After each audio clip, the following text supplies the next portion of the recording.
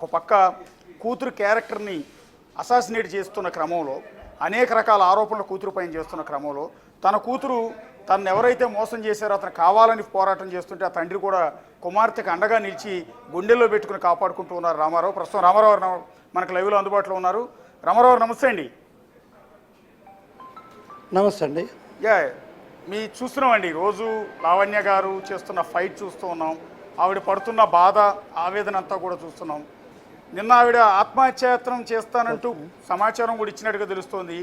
మీకు అప్డేట్ ఉందా అదంతా? ఓకే, లేదండి, ఎర్లీ మార్నింగ్ లాయర్ గారు అడ్వకేట్ కళ్యాణ్ గారు చెబితే నాకు తెలిసిందండి.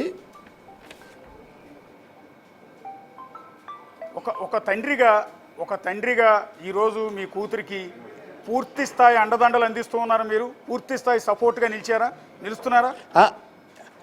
100% అండి. అంటే బేసిక్గా చాలామంది తల్లిదండ్రులు అనేది ఏంటంటే అనుకునేది సహజంగా ఇలాంటి వివాదం మరింత ముదురుతోంది. రాజస్థానేమో ఈవిడి మీద రకరకాల ఆరోపణలు చేస్తున్నాడు, ఈ తరుణంలో ఎందుకు వచ్చిన గొడవ, మనం వెళ్ళిపోదాం, పక్కకి వెళ్ళిపోదాం అని సర్ది చెప్పే ప్రయత్నం చేస్తారు చాలామంది తల్లిదండ్రులు. అవునండి. సో మీరు ఎలా?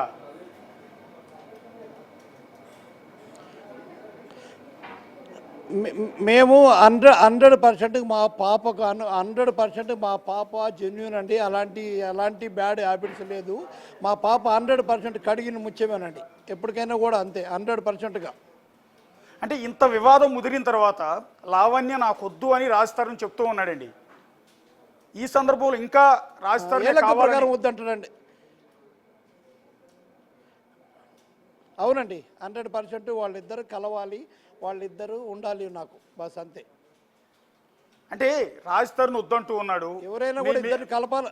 అవునండి, కలపాలి, తప్పేం లేదు. కానీ ఎవరైతే అశోక్ గారు ఒక్క నిమిషం ఏ లెక్క ప్రకారం వద్దంటాడండి? 14 సంవత్సరాలు సహజీవనం చేసి అంతా చేసి ప్రతి ఒక్కరికి తెలిసిపోయి ఇప్పుడు నాకు వద్దంటే ఒక ఆవుని, ఒక ఎద్దుని ఇన్ని రోజులు వాడుకొని బయట కట్టుకోళ్ళకి అమ్మినట్టు ఏ లెక్క ప్రకారం తను నాకు వద్దని అంటాడండి తన భార్యని?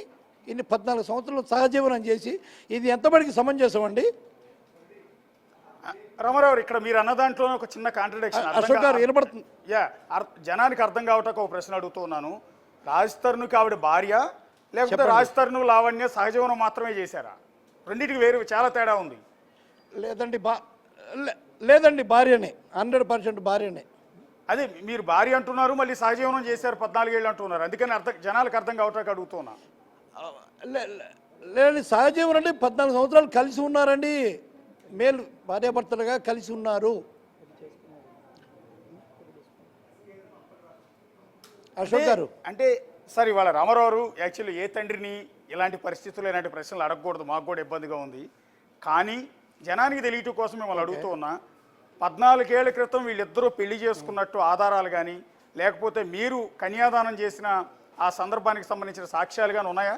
అంటే మీరు కన్యాదానం చేసి అల్లుడి కాళ్ళు కడిగి లావణ్యని అతని చేతిలో పెట్టారా? లేదండి.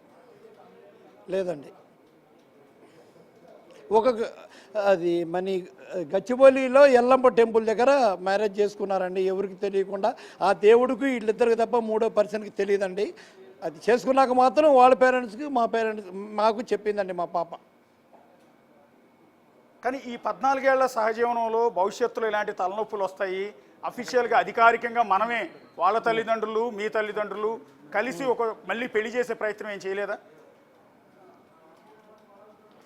ఏందండి, అర్థం కాల.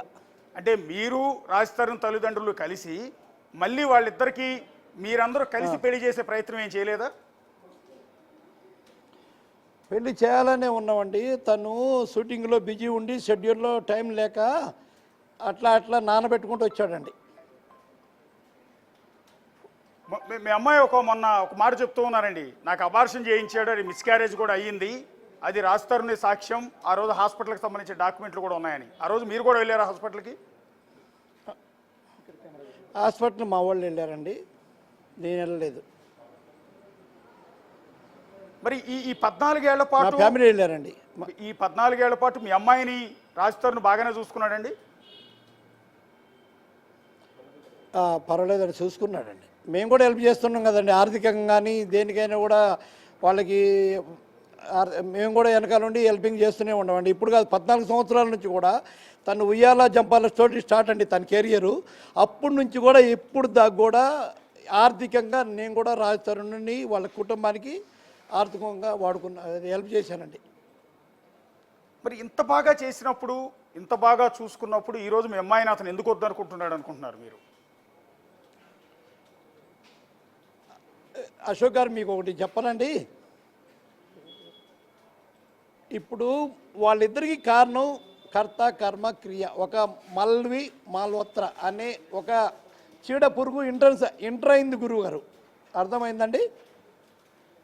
ఓకే. వీళ్ళిద్దరి మధ్యలో ఇలా జరగని కారణము మల్వి మాల్హోత్రా ఓకే. ఒక చీడ పురుగులాగా తయారైందండి. వాళ్ళిద్దరినీ ఎడగొట్టని కారణం తనేనండి. అంటే చాలామంది అడుగుతున్న మాట రామారావు గారు, ఆ అమ్మాయి ఒక నార్త్ ఇండియన్, ఆ అమ్మాయి రేపు మోపు అవకాశాలు వస్తే బాలీవుడ్లో హీరోయిన్గా వెళ్ళిపోతుంది.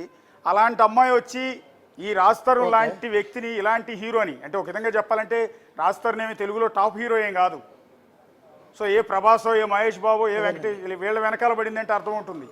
సో ఇలాంటి హీరో వెనక ఆమె పడాల్సిన అవసరం ఏముంటుందని అది తనకి తెలియాలండి ఆ అభిప్రాయం. నేను ఎలా చెబుతానండి తన అభిప్రాయం? సో ఇప్పుడు అల్టిమేట్గా నేను చెప్పలేను కదా అశోక్ గారు.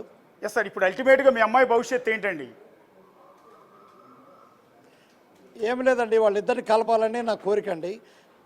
వాళ్ళిద్దరిని కలపాలనే మేము కోరిక. మాకేం వాళ్ళు సంపాదించిన ఆస్తులు కానీ వాళ్ళ ఇల్లు కానీ మాకేం అవసరం లేదండి. వాళ్ళిద్దరు కలవాలనే నా కోరిక. మీ మీడియా ద్వారా కూడా అందరికీ ప్రతి ఒక్కళ్ళకి తెలియపరుస్తున్నామండి.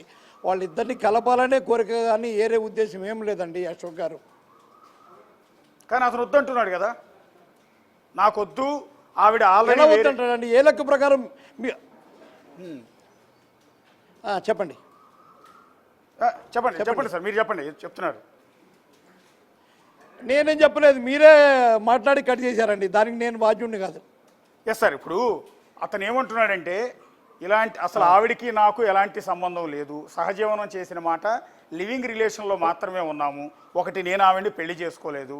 రెండోది, ఆవిడ గతంలో కూడా గుంటూరులో మస్తాన్ సాయి అనే వ్యక్తిని ఇదే రకంగా పెళ్లి చేసుకుంటావా లేదా అని బెదిరించి డబ్బులు వసూలు చేసిందన్న సంచలనమైన ఆరోపణ, ఒక విధంగా దారుణమైన ఆరోపణ చేశాడు. తను చూశాడండి? తను చూశాడండి? ఇగోండి, మస్తాన్ సాయి అనేది అది ఫేక్ న్యూస్ అండి, అలాంటిది ఏం లేదండి.